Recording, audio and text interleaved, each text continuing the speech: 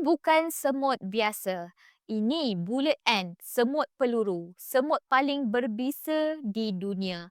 Semut peluru adalah semut terbesar di dunia yang berukuran 2 sentimeter dengan sengatan yang luar biasa sakitnya. Sekali gigit digambarkan rasa sakit macam kena tembak peluru. Di Brazil, suku Sataremawe ada satu ritual menjadi lelaki sejati. Para lelaki kena pakai sarung tangan rotan yang penuh dengan semut peluru ni selama 10 minit. Anak lelaki dari suku Sataremawe harus menahan sakit sengatan semut peluru and tak boleh mengeluarkan suara sedikit pun walaupun hanya berdesis. Bisa semut peluru ni bukan calang-calang. Sakit sampai badan kejang, pengsan pun ada.